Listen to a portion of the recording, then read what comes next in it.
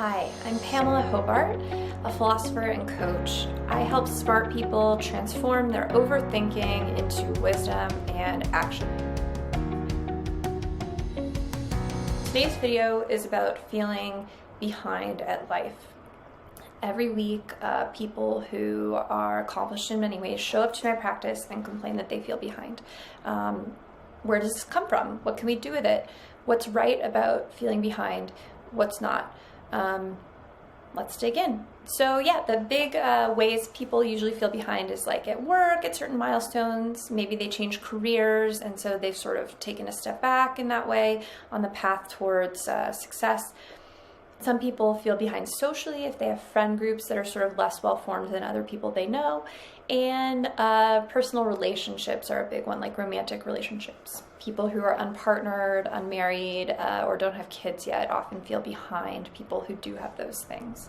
So where does the sense of feeling behind come from? I mean, this is just your monkey brain comparing you to the other monkeys around. Humans are deeply, deeply social creatures, and almost no one can completely avoid what other people are doing.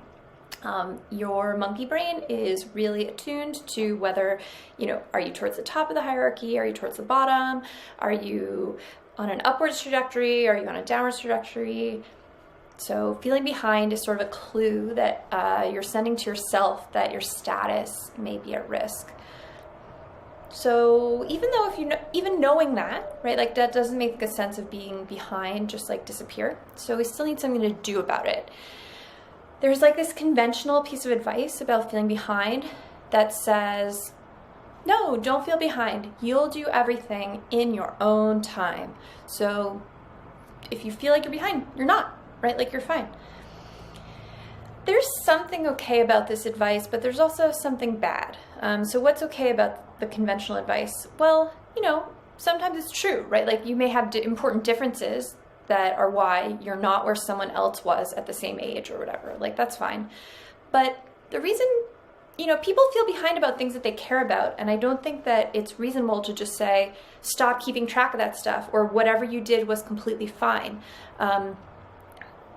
This conventional advice basically suggests that there is no normative sense of behind. There's no way of saying behind that gives guidance about how your ideal life could go. Because behind has one sense that's like to be behind something, right? Like I'm behind this pillow. That's just a description of the way things are relative to your perspective. The normative behind is like, how should things be? And if you tell someone things should be however they are, then you're robbing them of information about how they could move faster towards their goal or what they could learn from their mistakes. So I have some different advice about what to do with this feeling of being behind. Let's make a comparison.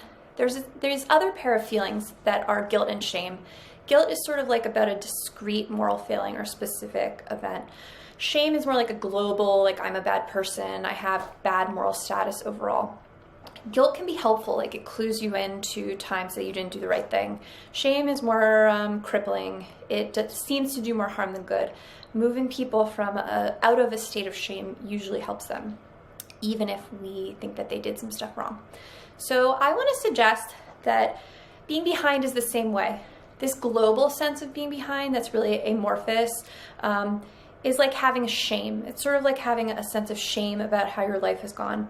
And it's probably not useful, but it's not okay to just say wherever you are is great. Instead, being behind is more like a guilt matter.